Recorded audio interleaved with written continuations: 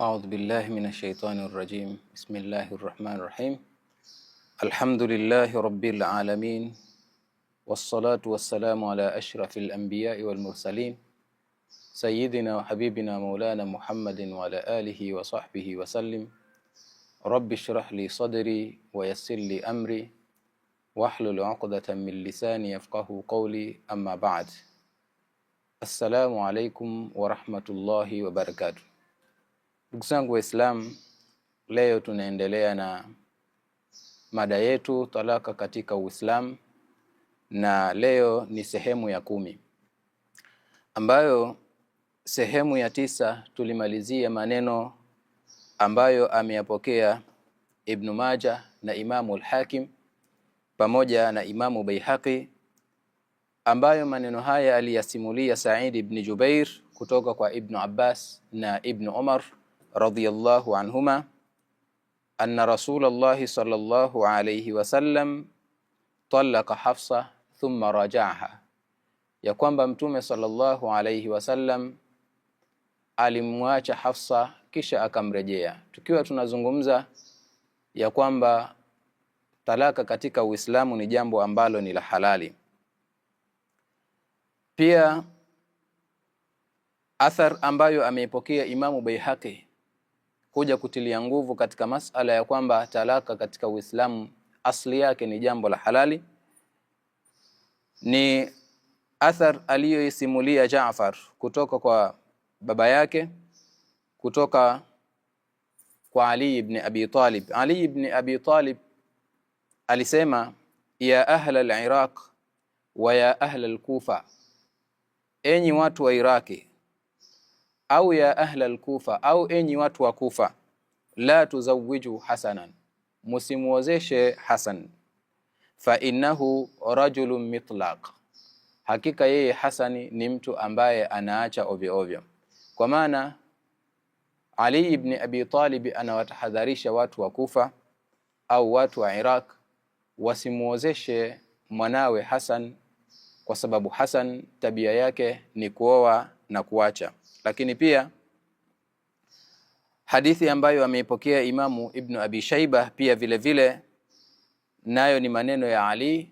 Anasema Ali, ma zala al-Hasan yatazawwaj wa yutalliq, hajaacha kuwa Hasan anaoa na anaacha, hatta hasibtu an yakuna adawa fil qabail, mpaka nikadhania kwamba utakuja kuwepo uadui katika makabila. Kwa hiyo hizi athari mbili tulizozisoma, kuna dalili ya wazi ya kwamba hukumu ya talaka katika asli ni jambo la halali, kwa sababu tunamuona Hasan ibn Ali radhiyallahu anhuma kana mukthiran nikah, alikuwa ni mwingi wa kuoa, tena mitlaqa, alikuwa ni mwingi wa kuacha, mpaka Ali ibn Abi Talib akasema kuambia watu wa Iraq yale aliyoyasema, na likafika jambo hili mpaka Imamu Dhahabi akaja akasema, kana minkahan mitlaqa, alikuwa Hasan ni mtu ambaye anapenda kuacha, anapenda kuoa.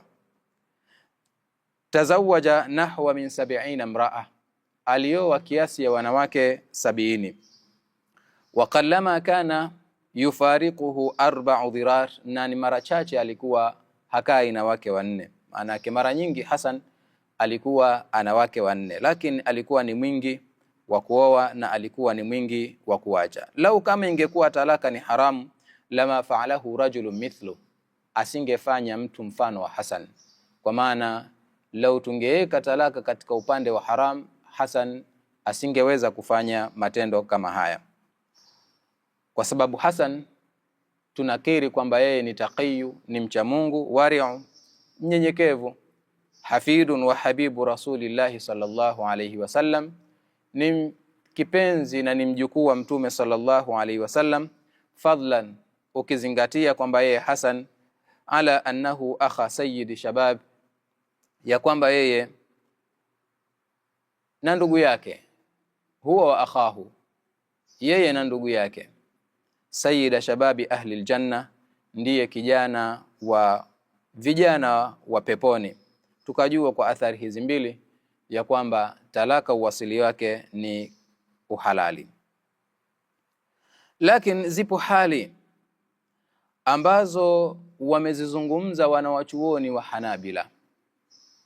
Wao wakasema itatoka talaka kwa hali hizo kutoka katika uhalali kuja katika hukumu nyingine, ikiwa ni haram au ikiwa ni makruh au ikiwa ni mubah au ikiwa ni wajib. Hali hizi wakasema wanawachuoni hawa wa Hanabila, qad yakunu talaq wajiba, wakati mwingine talaka huwa ni jambo la lazima, ni wajibu kutolewa, au muharraman, au huenda wakati mwingine ikawa ni haram, au mubaha, au wakati mwingine ikawa ni mubaha, ni halali, au manduba ilayhi, na wakati mwingine talaka huwa ni sunna. Kwa maana mwanamume kama mwanamume anatakiwa katika hali hizi azizingatie na azijue.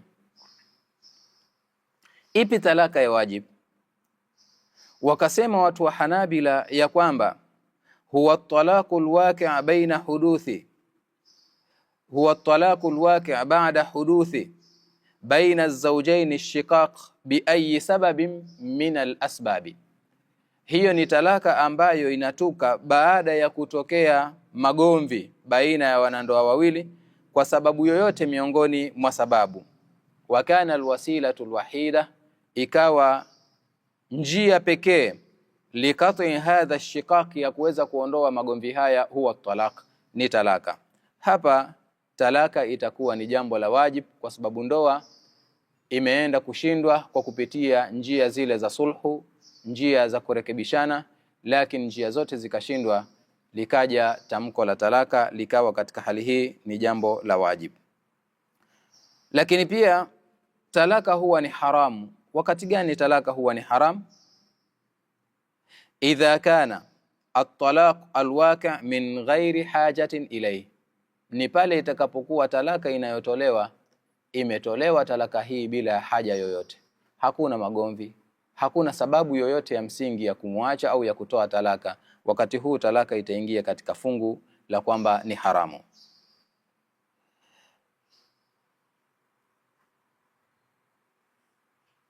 Kwa sababu gani?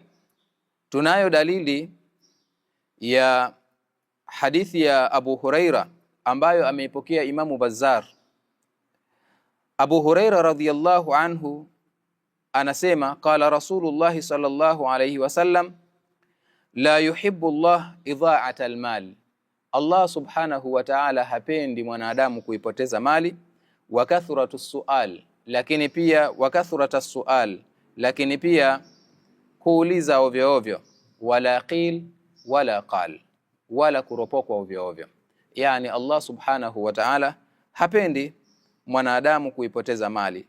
Lakini pia hadithi ya Ubadah ibn Samit ambayo ameipokea Imamu Ibn Majah, Mtume sallallahu alayhi wasallama katika hadithi hii Ubadah ibn Samit anasema, anna Rasulullah sallallahu alayhi wasallama qadha, Mtume sallallahu alayhi wasallama alihukumu anna la dharara wala dhirara, ya kwamba mwanadamu hatakiwi kujidhuru yeye mwenyewe wala kumdhuru mwingine. Hivyo hadithi ya kwanza tumeiona Mtume sallallahu alayhi wasallama akiwa anatuhabarisha ya kwamba Allah subhanahu wa ta'ala la yuhibbu idha'ata almal, hapendi mtu kuipoteza mali. Na suala la kuoa na kuacha ni miongoni mwa mambo ambayo yanapelekea mali kupotea bila ya sababu. Lakini pia katika kuitoa talaka kuna madhara. Huenda mtu akajidhuru yeye mwenyewe katika kumwacha mkewe, au huenda akamdhuru mkewe katika kumwacha, au huenda akaidhuru familia ambayo yeye alikuwa anaibeba katika mabega yake. Kwa hiyo Mtume sallallahu alaihi wasallam anakataza kwa jambo lolote ambalo litakuwa lina madhara kwa mtu binafsi au lina madhara kwa mwingine. Tendo hili akaliambia kwamba halifai katika Uislamu kwa kauli yake aliyosema la dharara wala dhirara.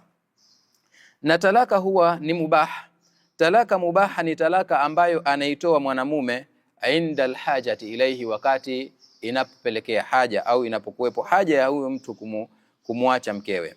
Mithlu an takuna almar'at sayyi'ul khuluq, kama vile mwanamke kuwa ni mwanamke mwenye tabia mbaya, au sayyi'ul ashra, au maisha yake anayoishi pamoja na mumewe haishi maisha yaliyokuwa mazuri, na kuthibiti madhara. Idha qarrara az-zawju al-baqa maha, kama mwanamume ataamua kubakia na mwanamke huyu, madhara yatakuwepo kwake yeye. Ikiwa itathibiti kwamba madhara yatakuwepo pindi endapo mimi nitabakia na mwanamke huyu, basi Uislamu umekuruhusu mwanamke huyu kumwacha, kwa sababu pia Uislamu hautakiwi kwa Muislamu kumdhuru Muislamu mwenziwe au kujidhuru yeye mwenyewe, ikiwa hakuna hali, kwa maana hakuna njia ya kuweza kutatua madhara haya na matatizo haya ambayo mwanamke ameyasababisha katika ndoa yake. Wakati huo talaka itakuwa ni halali.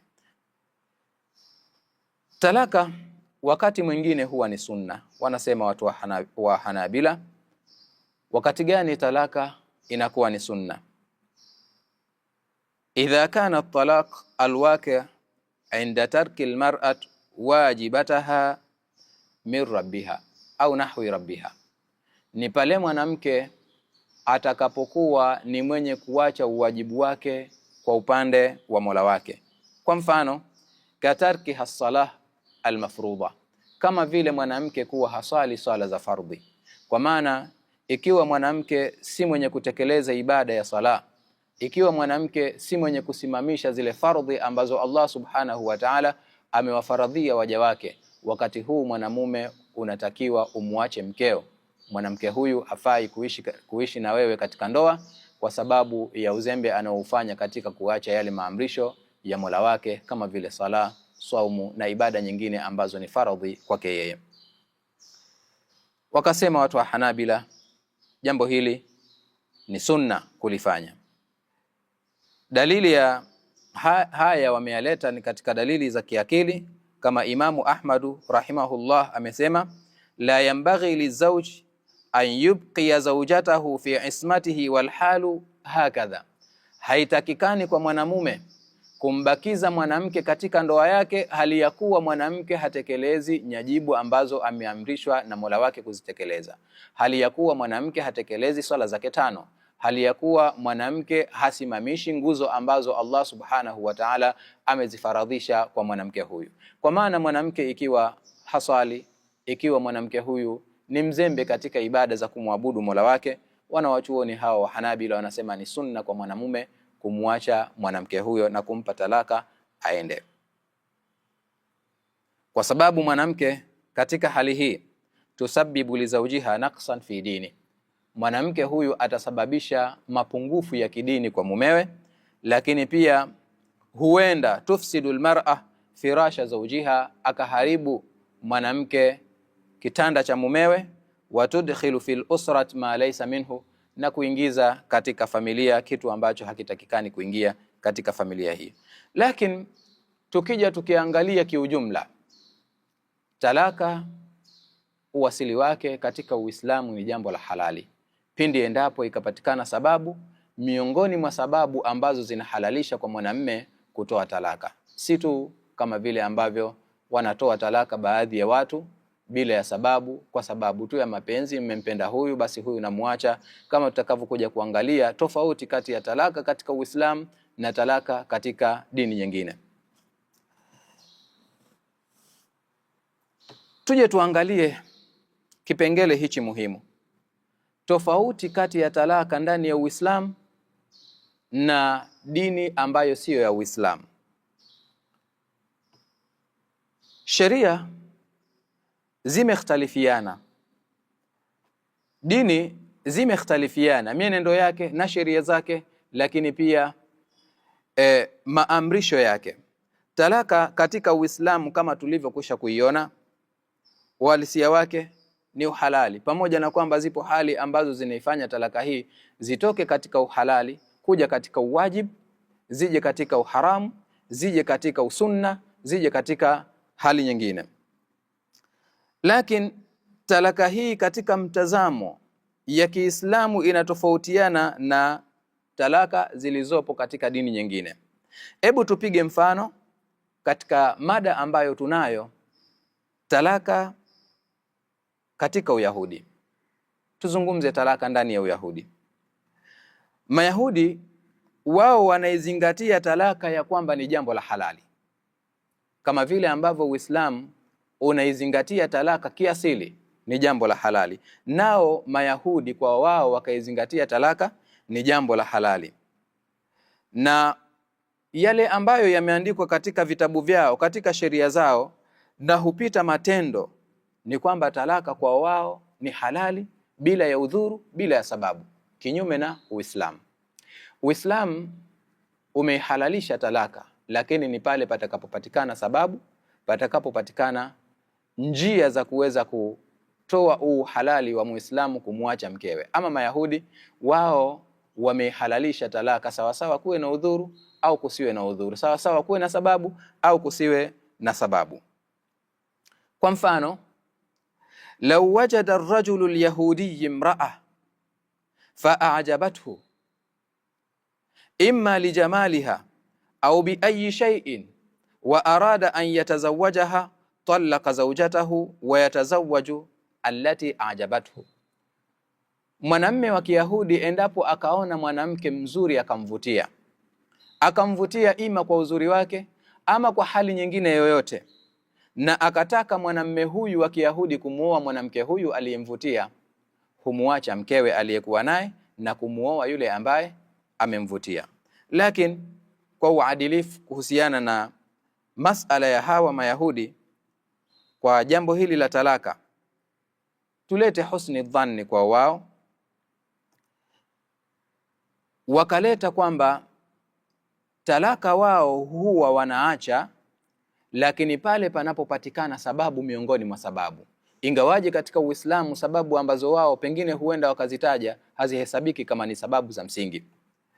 Wao walizigawanya hizi nyudhuru za kuweza kumwacha mke katika mafungu mawili. Fungu moja, wujudu aibin min uyubi al-khalqiyya, kupatikana kasoro miongoni mwa kasoro za kimaumbile. Yani Myahudi anayo nafasi ya kumwacha mkewe pale tu mwanamke anapokuwa na aibu miongoni mwa aibu, anapokuwa na kasoro miongoni mwa kasoro za kimaumbile. Ka antakuna lizawjati al-ama au al-amash au al-amash, yani kuwa kwa mfano mwanamke ni kipofu au ni amash. Amash ni yule ambaye ana upungufu wa kuona. Kuna baadhi ya watu pindi wanapotaka kuangalia kitu hukaribisha kitu hicho katika macho yao, kwa mfano. Kwa hiyo ule udhaifu wa macho wao wanaichukulia ni sababu tosha ya mwanamume kumwacha mkewe, au kutokwa na machozi katika macho yake katika mu'dhamil awqat, nyakati zilizokuwa nyingi. Ikiwa mwanamke huyu anatokwa na machozi ovyo ovyo, wao wanaichukulia kwamba ni sababu miongoni mwa sababu zinazohalalisha kwa wao kumwacha mwanamke. Au kanat ahwal, au kuwa mwanamke ni mwenye kengeza, kwa maana macho yake yanaangalia pande mbili kwa wakati mmoja, au yanaangalia sehemu ambayo sio lengwa. Pengine huenda ukamuona mtu anaangalia upande lakini anaangalia sawa sawa. Kwa hii pia nayo ni sababu miongoni mwa sababu wao wanazoziona zinafaa kwa sababu hii mwanamume kumwacha mkewe. Au abkhar, au kuwa mwanamke ni abkhar, wakatumia kalima abkhar kwa maana abkhar ni mwanamke ambaye ana harufu mbaya ya mdomo. Wao pia wakaichukulia sababu hii ya kwamba mwanamke atakapokuwa ni ana sababu ya kutokwa na harufu mbaya katika mdomo wake, ni sababu toshelezi ambayo inawafanya wao wamwache mwanamke.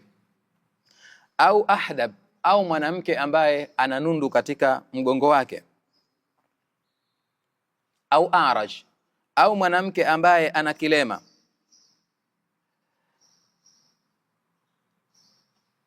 Au akim, au mwanamke ambaye akima ni tasa. Kwa maana hizi ni sababu ambazo wao miongoni mwa sababu za kimaumbile wao ambao wanaziona kwamba ni sababu toshelezi za mwanamume kumwacha mwanamke. Kwa hiyo kwao Mayahudi, mwanamke anapokuwa ana kasoro za kimaumbile, upofu ama upungufu wa kuona au kutokwa na machozi, au pengine kutokwa na harufu mbaya katika mdomo wake, au pengine kuwa ana nundu katika mgongo wake, au pengine hazai, hajaruzukiwa kupata kizazi. Hizi ni sababu ambazo wao wanaona ni sababu za msingi kwa mwanamume kumwacha mkewe. Na kipengele cha pili wakagawanya wakazileta wujudi aibin min uyubi alkhuluqiyya, kuwepo na kasoro miongoni mwa kasoro za kitabia. Fungu la kwanza ni kasoro za kimaumbile. Fungu la pili wakaeka kasoro za kitabia. Ka antakuna biha waqaha, kama kwamba huyu mwanamke ni mpungufu wa aibu, ni mtu ambaye hana aibu, au tharthara, au ni mwanamke ambaye ni mropokwaji, kwa maana ni mtu ambaye anaongea maneno ovyo ovyo, na ni mtu ambaye anafikisha upeo, neno kiliongea kidogo lakini yeye anazidisha yake anayojua yeye mwenyewe, au wasakha au shakasa, au akawa ni mtu ambaye ana tabia mbaya katika kuishi na mume wake, au ni mtu ambaye ana tabia mbaya za kimaumbile, au inadan, au mwanamke ambaye ni kinganganizi, haelewi, kwa maana ni mwenye kukhalifiana na haki wakati wowote utakapomuelekeza jambo, yeye haelewi. Mwanamke huyu anafuata yale ambayo akili yake na ufahamu wake unampelekea na kumuonesha kwamba haya ndiyo ninayotaka kuyafanya. Au israf, au mwanamke ambaye ni muharibifu wa mali, mwanamke ambaye si mpangiliaji mzuri wa maisha katika kutumia maisha haya tuliyokuwa nayo. Au tuhmata, au vile, au nahma, walitumia neno nahma. Na nahma ni mwanamke ambaye ana matamanio kupita kiasi, mwanamke ambaye ana matamanio makubwa. Pia wakaja wakaweka katika fungu ambalo ni la kimaumbile, lakini wao wakaliweka ni katika fungu la kitabia. Au bitna, au mwanamke mwenye kula sana, kwa maana kwa wao mwanamke ambaye anakula sana, ana tumbo kubwa ambalo hili tumbo linampelekea yeye kula sana, au tumbo lake ni dogo lakini ni tumbo ambalo linampelekea yeye kula kupita kiasi. Hii ni sababu miongoni mwa sababu wao wanaiona ni sababu tosha kumpelekea mtu kumwacha mwanamke.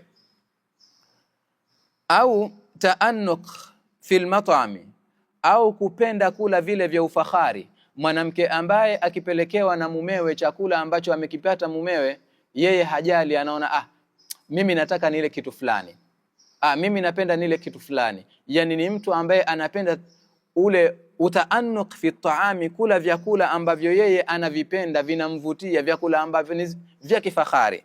Hii pia nayo wanaiona ni sababu miongoni mwa sababu zinazomhalalishia mwanamme wa Kiyahudi kumpa talaka mwanamke. Au fakhfakha, wakatumia fakhfakha. Fakhfakha ni kujifakharisha, mwanamke ambaye anajifakharisha, mwanamke ambaye anapenda ufahari. Wao pia wameiweka ni sababu miongoni mwa sababu za kitabia ambazo zinampa uhalali mwanamume kumwacha mkewe. Lakini tabia iliyokuwa ni yenye nguvu kabisa zinazomhalalishia mwanamume wa Kiyahudi kumwacha mkewe, antakuna azania, ni kule mwanamke kuwa ni mzinifu. Awil ishaa indahum kafia, pia wakasema sisi kuenezwa tu ile tabia ya uzinzi kwetu sisi inatosha kuwa ni sababu ya kumwacha mwanamke. Wa illam tathbut, hata kama kosa hili halikuthibiti kwa mwanamke, kwa maana kama mwanamke ataenezewa kwamba ni mzinzi, kwa wao inatosha kuwa ni sababu ya kuwa ni uhalali kwao kumwacha mwanamke, na wala si lazima awe mwanamke huyu ni mzinzi kweli, kule kuenezwa tu. Kwa hiyo utawakuta Wayahudi katika kuihalalisha talaka kwa wao wanazo sababu za kimaumbile, wanazo sababu za kitabia. Kwa hiyo itakapopatikana sababu miongoni mwa sababu hizi, mwanamme wa Kiyahudi inakuwa ni halali kwake yeye kumwacha mkewe. Aibu zote hizi ambazo tumezitaja zinampa nafasi mwanamme wa Kiyahudi au zinampa haki ya kuweza kumwacha mkewe bila hata ya kulaumiwa. Ama ukija katika upande wa pili, ambaye ni mume, mume ambaye ni mke falaisa laha haq fi talabi talaq, hana yeye mke haki ya kuomba talaka, min zawjiha, kumuomba mumewe, mahma kanat uyubi zawjiha, vyovyote itakavyokuwa mumewe ana aibu, kasoro zozote atakazokuwa mumewe anazo kasoro hizo, hata walau thabata anna zawjaha zana, hata kama ikithibiti kwamba mumewe amezini, thubutan hakikia, kule kuthibiti kwa kweli kweli. Wao wanaona kwamba hii siyo sababu tosha ya mwanamke kuomba talaka kwa mumewe, kwa maana mwanamke wa Kiyahudi hana haki ya kuomba talaka kwa mumewe, kinyume na mwanamke wa Kiislamu. Pindi itakapotokea kasoro ambazo zinamhalalishia yeye mwanamke wa Kiislamu kuomba talaka, anaruhusiwa kuomba talaka bila ya kizuizi, lakini mwanamke wa Kiyahudi hana nafasi ya kuomba talaka. Insha Allah kipindi kinachokuja tutazungumzia talaka, tofauti kati ya talaka ndani ya Uislamu na talaka ndani ya Ukristo. Insha Allah tunapenda kutaarifu ili uweze kufuatilia kipindi kinachokuja, uweze kuitambua neema ya Uislamu ambayo sisi tumeipata na yale ambayo yanakhtalifiana kati ya Uislamu pamoja na dini nyingine katika masala ya talaka. Wa ila huna, wassalamu alaikum wal afwa minkum.